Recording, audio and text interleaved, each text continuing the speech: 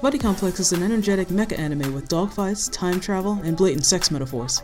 Starring Alba, the quietly confident cinnamon roll MC that just wants to help, and his future blonde boy toy, Dio, the talented genius ice queen here to make this look good. And this is the not-so-hidden romantic subtext of Buddy Complex.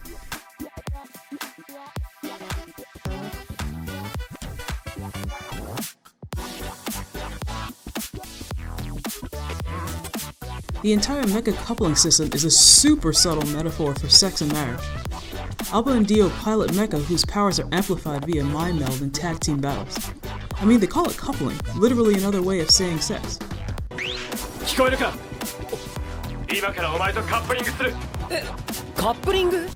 Buddy Complex is just one of many anime trying to subtly prod the youth of Japan into breeding for the sake of the country's future via pop culture.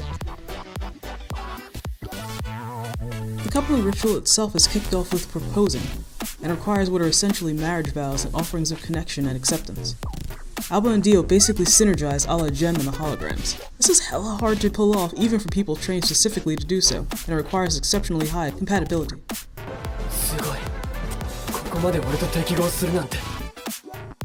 Since this anime thinks subtlety is but a myth, the Buddy Complex version of coupling even gets used as a rape metaphor with Hina later on in the series. So yeah, it's definitely meant to be sexual. Alba and Dio do it on the first try with no training. After the battle, the higher-ups even consider having Alba, a civilian and complete outsider, to couple with their ace pilot again. They treat the whole event like it was some drunken hookup and they're just heckling Dio during his walk of shame back to his dorm. Hina starts off as your typical anime heroine. She's in the same class as the MC, she blushes in the MC's presence. She even saves him from the bad guys and sends him on his life-altering journey, as you do. All the usual boxes are checked off before the end credits of episode 1. But the very next time we see Hina in the show, her personality has done a complete 180 and she's fighting for the enemy. Seeing her in peril, Alba abandons the mission mid-fight and forcefully undoes the already miraculous coupling with Dio to chase after her. Mind you, this version of Hina has no clue who Alba is and tries to kill him. He spoke to the real Hina for maybe 3 hours max before the time travel. He barely knew she existed and wasn't particularly interested when other classmates fawned over her. If anything, it was Hina who liked him. Alba repeatedly puts himself and others in danger to talk to Hina, a relative stranger. And this is the cause of a lot of needless strife in the anime. Military personnel watch in horror as this forced coupling very literally hurts Dio. All plans, strategy, and their actual bond gets completely wrecked because Alba decides to chase a skirt. And because this totally isn't a metaphor for cheating, Alba's dalliance with Hina results in a rift between them.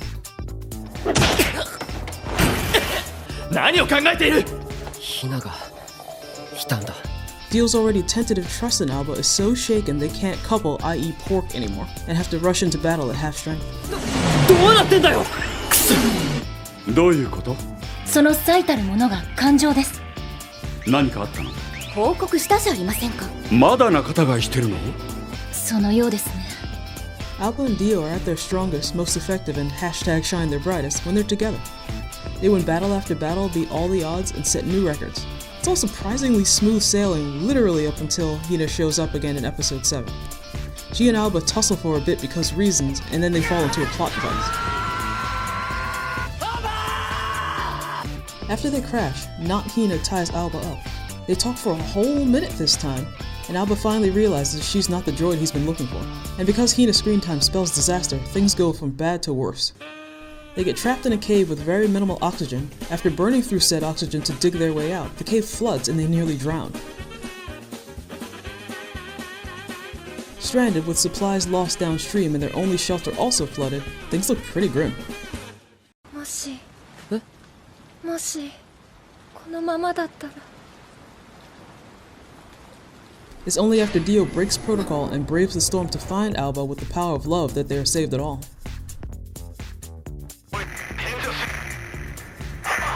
Dio! よかった。しかしすごいよね、カップリングシステムは。一体どういう原理？愛ですわ。素敵だ。 Alba and Dio get a few more battles under their belts and get insta-famous, so the military decides to do some be-all-you-can-be join the Navy ads.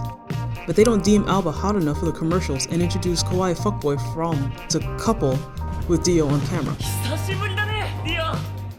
お前はフロム。いや、元気だった？ The show goes out of its way to tell the audience how handsome he is too. They plan to start pairing From with Dio until the higher-ups notice Dio can't actually couple with From.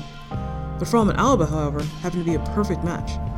Having no emotional baggage to carry, they couple with ease and Dio is furious. Turns out synchronizing with Alba has changed Dio's brainwaves.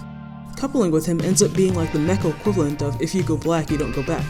And now he can't couple with anyone else even after all that training to become compatible with multiple people. コネクティブフラムアクセプション。これって青葉さんとディオが初めてカップリングした時より。 There's a worrying moment when it seems like Alba and Dio can't and won't buddy up ever again. レッツカップリング。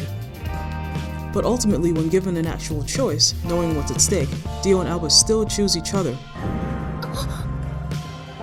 決まりね。 reaffirming commitment to their particular union, for the sake of the children, you know? In episode 11, Alba and Dio's mechs actually get jacked by the opposition, and they end up using older mechs to chase the enemy down. Apparently, coupling in these outdated machines is dangerous, and they end up going in too deep. This isn't like the usual mind meld, and the barrier between their minds, thoughts, and memories blurs completely. But they couple anyway, even when it hurts them, or could get them killed.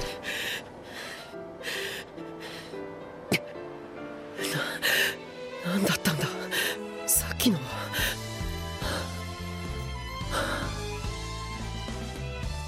アーバ、お前。 Alba's too busy sulking to do MC things one day, and a sudden Kabedon bubbles over into a heated argument over not Hina. The whole issue is pretty settled now, but Dio still gets mad whenever Alba so much as mentions her. I get they've nearly died every time Alba gets involved with not Hina, but I wonder if it's more than that. Alba's aware of this and tries to cover it up, but Dio can always tell when he's lying.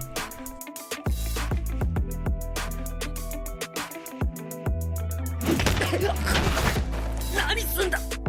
目が覚めたか。いつまでメソメソしてるつもりだ。 The more the fight went on, the more I had to wonder just what the relationship was exactly. Everything about this punch-up and the snide comments afterwards screamed jealousy, worry, and frustration. The angst over being trapped in the past and Alba endangering their lives to obsess over some chick finally erupts. Dio knows Alba's been depressed, and for some reason, violence is the only way they're allowed to interact. Believe it or not, this is Dio trying to comfort him. Because dudes, am I right? The boys get thrown in the brig to cool their heads while Dr. Furimi, the creator of the coupling system, unsurprisingly a gay man, visits the ship to check on his life's work. He takes one look at them and can already see how well they get along despite the veneer of playful animosity. But even after all that, they still have to fight for their country. The battle is tough and Alba worries they won't make it. Then Dio busts out with his "let's go get this bread St. Crispin's Day" speech to cheer him on. Even while squabbling like an old married couple during a firefight, they encourage each other to be better. Their mental bond now strong enough to push them way past the usual coupling time limit. They have the fiercest joint slay ever, all while the scientist who ships them smiles because he knows what's up. 信じられない。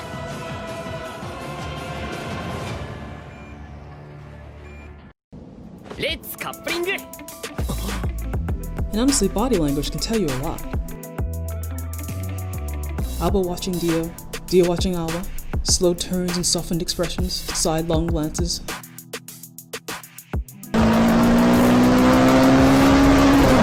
The Smolder. They were all my spies. Alba only acts like a petulant child around Dio, and Dio acts like every blonde tsundere ever. Even when he rushes out to search for Alba in episode 8, he pretends it's because they can't afford to lose the mech Alba's in, but not for Alba himself. From and the crew of course know that Dio's full of it. Now some people watch this anime thinking it's not romantic somehow, but I have a simple test to know if characters' actions should be considered romantic or not. If one of these guys was suddenly female, let's say Dio with twin tails, having nothing else change about his personality, behavior, or interactions with Alba up to this point, could you consider their behavior platonic? No, you really couldn't. Dio and not Hina even meet and interact with Alba in the same way, with confusion, with hostility, with begrudging acceptance, and then morphing into genuine affection. If either Dio or Alba were suddenly a girl, you might see their behavior for what it is, unresolved sexual tension. Like any other show. I've seen this tsundere blonde opening up to and falling for the plucky, hardworking, dark-haired MC trope too many times to pretend nothing's there. During the climactic battle of the second OVA, a three-way coupling reveals Alba and Hina as scientists from an alternate past. Hina specifically has been caught in a time loop. The power of the final battle actually rips a hole in the time-space continuum, and suddenly Hina and Alba have a chance to go back to their own time. Alba says a brief but somewhat tender goodbye. Alba! いいんだ、フロム。ディオ。ディオ、お前は見たから知ってるだろう。俺たちはこのまま元の世界に帰る。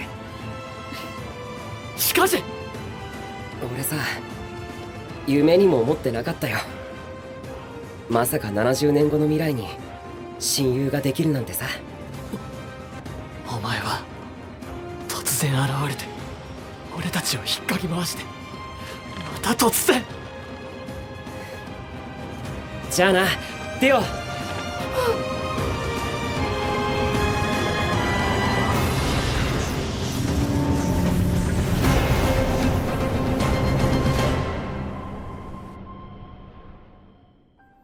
I don't know if you can tell, but narrative-wise, this is pretty jarring.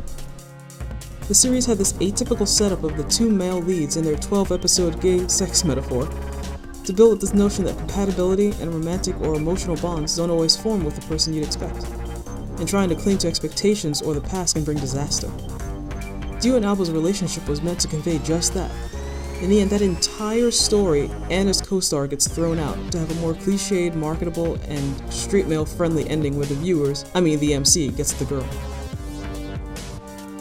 At the end of the OVAs, Alba and Hina are shown meeting in college, and the gang from the future attending a wedding during peacetime. Dio, the co-star himself, gets no ending at all, unless you call him crying alone in a Gundam an ending. What's the takeaway here? What's the point? I get that anime studios will feel pressured to change their creations to make them an easier sell because money, but the show piled on the most overt metaphor for destiny, gay marriage, gay sex, coming out, cheating, and the confrontation after such for 10 of 13 episodes. Why set all that up with zero intention of paying it off?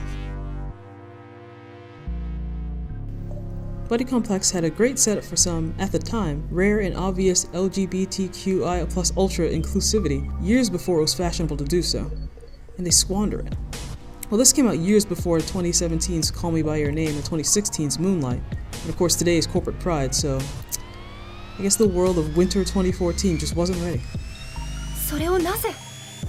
それは考えなしなやつなんだこいつは。だとまだチャンスはあるかもしれないだろ。楽観的だな。だってそうだろ。未来は誰にもわからないんだからさ。それに俺がいなくなると寂しがるやつがいるからね。俺のことか。他の誰がいいんだよ。お前も意外と鈍いな。そうね。未来は誰にもわからないものね。